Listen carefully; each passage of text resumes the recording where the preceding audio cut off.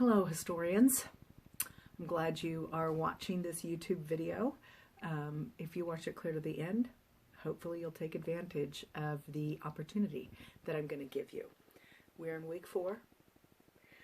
Today's check-in question, this week's check-in question is about being outside. What is your favorite outdoor activity and why? That's the check-in question. I'll upload that into Google Classroom. I want you to know I'm looking forward to taking a look at your guys' rights and responsibility charts, wondering, are there any rights being violated right now? And if so, why? Do we have some type of responsibility that we're trying to cover? So I'm really interested to see what you guys came up with. I am having to choose what I can share with you. You know, I would just like to share so many things. One of the things I didn't give you was, hey, let's take a look at lots of quotes from important people in the United States, in the history of the United States, and which quote do you most relate to and why? That's what this worksheet's about, but I want to share one quote because you really put your mind around it last week when you were thinking about rights and responsibilities. It comes from Ronald Reagan. He was president of the United States. He was also a governor in California. He was also an actor, well-rounded individual. He had this to say: protecting the rights of even the least individual among us is basically the only excuse the government has for even existing. Beloved president of the United States in the late 20th century. All right, so I've got my little list. Where I'd like to go to next is the big idea of stewardship. This week, we will celebrate the 50th anniversary of Earth Day. But if we were together, I would start us with a mini lecture over this idea of stewardship. We'd get word curious on it. I have just Webster's dictionary right here with me, so I want to share that with you. The idea of stewardship is this: it is conducting and supervising or managing of something that is a careful, responsible management of something entrusted to our care. Careful, responsible management of something entrusted to our care. So this week, we're going to take a look at intentional stewardship of nature, of our environment.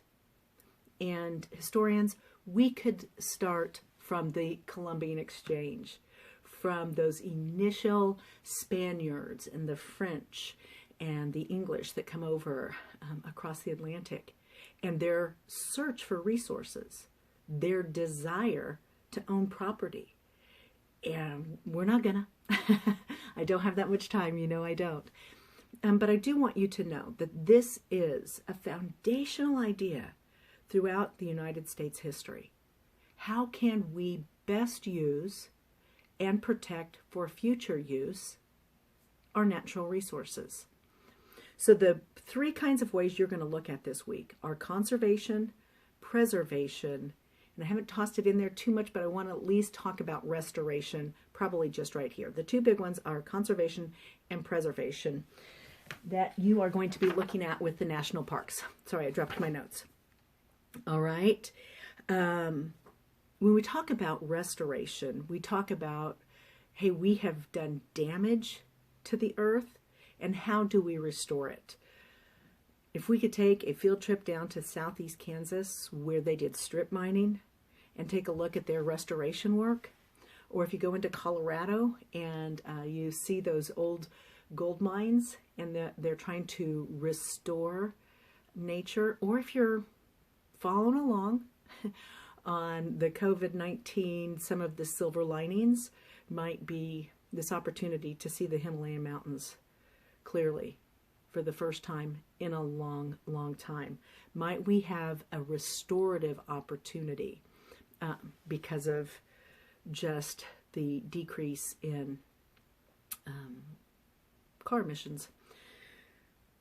Far more complex, all right, than what we're going to be taking a look at, but you could. So I have uploaded many resources for you to use. One is an article about conservation and preservation and the national parks. And then it has with it some easy metacognition tools, right? Ways to help us intentionally shape our thinking and work through our thinking. Asking you to define, get word curious on conservation and preservation, then do a Venn diagram. Even today, people have lots that they think, are we saying the same thing? No, we're not. And then taking a look at some of our actions that we've taken as citizens of the United States to try and consider, is that conservation or is that preservation? Then you have an opportunity to write your thinking in an essay. I want to remind you, that means you're going to set the stage. You're going to take a position. You're going to have 3 or 4 supporting sentences, and you're going to have a conclusionary sentence, right? So that's what that's going to look like. You also have an example of some legislation that you need to take a look at and summarize. A little video to help you work through conservation and preservation and those big ideas. And then one of the things that I want you to do this week, it's not homework, it's your schoolwork. I want you to take a walk outside for 30 minutes. All right? And then as you are walking, I want you to take pictures in your community of ways that your community is engaged in stewardship, in managing and taking care of the natural resources that we have to share. So if I will do a walkabout, and you know I will, historians, when I do my walkabout, I already know there's going to be some things that I'm going to want to take pictures of. We have at a recycling center. I can walk to it. And we're using the funds from recycling cans, recycle aluminum cans. We're using those funds to help improve Anderson Park. That's available. I know that there are conversations happening amongst community members where I live to create a community garden. And so I'm going to take a picture of that. I already have that in mind. And then one of my favorite ways that I get to enjoy the stewardship that is happening is I hike the Perry State, the park, their hiking and biking trails. And that's some really good opportunity for me. So I already know ahead of time. Hopefully you do too. But walk around your community. And I want you to take 3 pictures and send them to me. You can use your phone. You can use your iPad. All right? And then you've been with me for 8 minutes, and I do appreciate it. So I want you to know that there is an extra credit opportunity. Yay! All right? When you're doing your walkabout, if you will, please have some gloves that you can use.